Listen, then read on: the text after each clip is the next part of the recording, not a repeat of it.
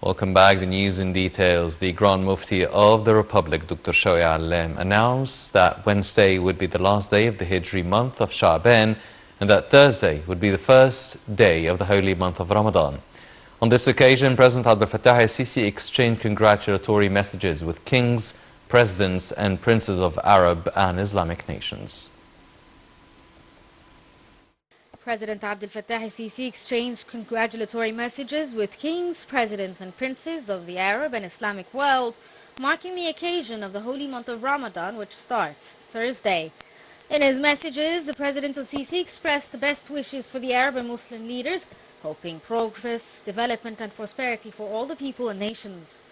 Also, President el-Sisi sent a congratulatory cable to the Egyptians abroad, wishing them success and prosperity. Meanwhile, the head of state received greetings from the Minister of Defense, General Mohammad Zaki, who conveyed greetings of military personnel to President el-Sisi, saying Ramadan is a month of consolidation for the well-being of the nation. The minister said the military forces are committed to the noble tradition of the holy month of Ramadan. El-Sisi also received cables from the Chief of Staff, Lieutenant General Osama Askar, who also greeted the military personnel over the occasion of Ramadan. Prime Minister Mustafa Madbouli also extended congratulations to President el-Sisi, expressing hope for the continuation of the development path under President el-Sisi's leadership. He also sent cables of congratulations over the occasion to the Grand Imam of Al-Azhar, Sheikh Ahmad al-Tayyib. Earlier, the Mufti of the Republic, Shawi Alem, announced that Wednesday would be the last day of the Hijri month of Sha'ban and that Thursday would be the first day of the holy month of Ramadan.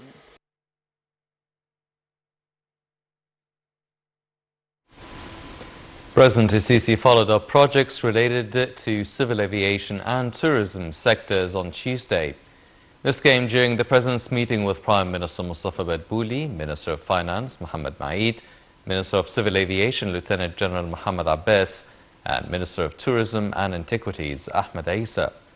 President el-Sisi directed to continue work to improve tourism in all aspects through enhancing integration between tourism and the aviation sectors, and to maximize the added value of tourism and cultural potentials available.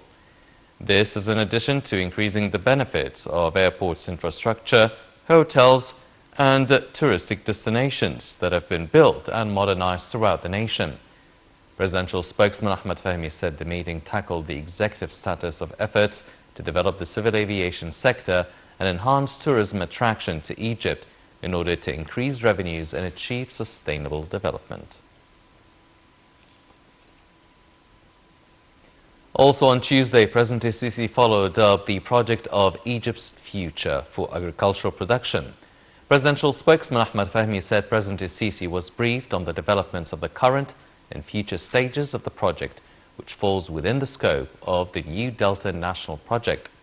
The head of state further reviewed rates of work progress in the project's infrastructure, which includes roads, axes, water wells, treatment plants, electricity supply network, as well as agriculture, manufacturing and marketing systems.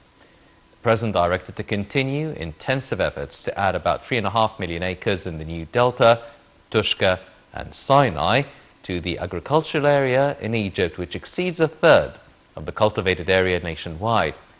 Egypt's future is considered a giant national project aimed to meet the hopes and aspirations of the Egyptian people.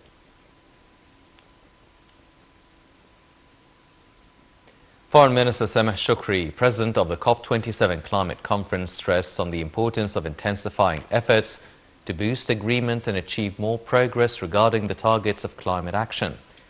This came during Shukri's participation at the first meeting of Copenhagen Ministerial Meeting on Climate Change, which was held under the joint Egyptian-Emirati chairmanship. The top diplomat presided over the session, tackling the file of climate action, saying that this action is the cornerstone of efforts of facing these climate changes, especially in the developing countries.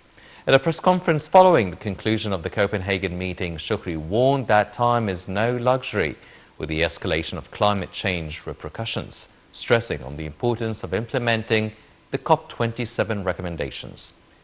Minister Shukri stressed that $100 billion must be collected and that more work was needed to be concluded before the coming UAE climate conference, COP28. First Lady Mrs. Intisar al-Sisi congratulated all mothers of Egypt on the occasion marking Mother's Day. On her social media account, the First Lady said, "A mother is the source of support and giving, and her sacrifices are given without conditions."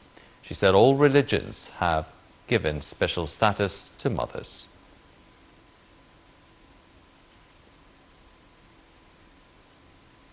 The armed forces organized a number of visits to the mothers of martyrs in various governorates, accompanied by a number of artists on the occasion of Mother's Day. The General Command of the Armed Forces conveyed greetings from President Abdel Fattah al-Sisi and presented gifts to the mothers as well.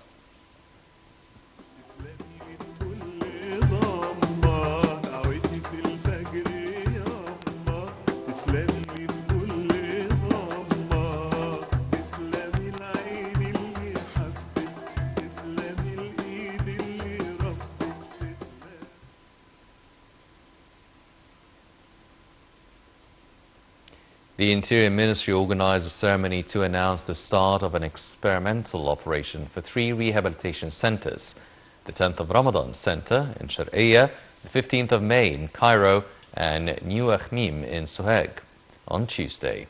A number of senior officials, members of prosecution councils, diplomatic missions, and rights organizations, plus civil societies attended the inauguration. Also, local and international media figures, intellectuals and artists took part in the ceremony. The centers were constructed according to the highest international standards during a very short time. The European Union welcomed the results of the 5-way meeting that was held 2 days ago in Sharm el-Sheikh and led to the agreement on means of easing the unrest in the occupied Palestinian territories. EU statement hailed the role of Egypt, Jordan and the United States in supporting calming efforts, backing what has been agreed on between the Palestinian and Israeli sides. The statement stressed that direct and continuous dialogue between the two sides will be decisive, welcoming the commitment to continuing talks next April in Sharm el-Sheikh.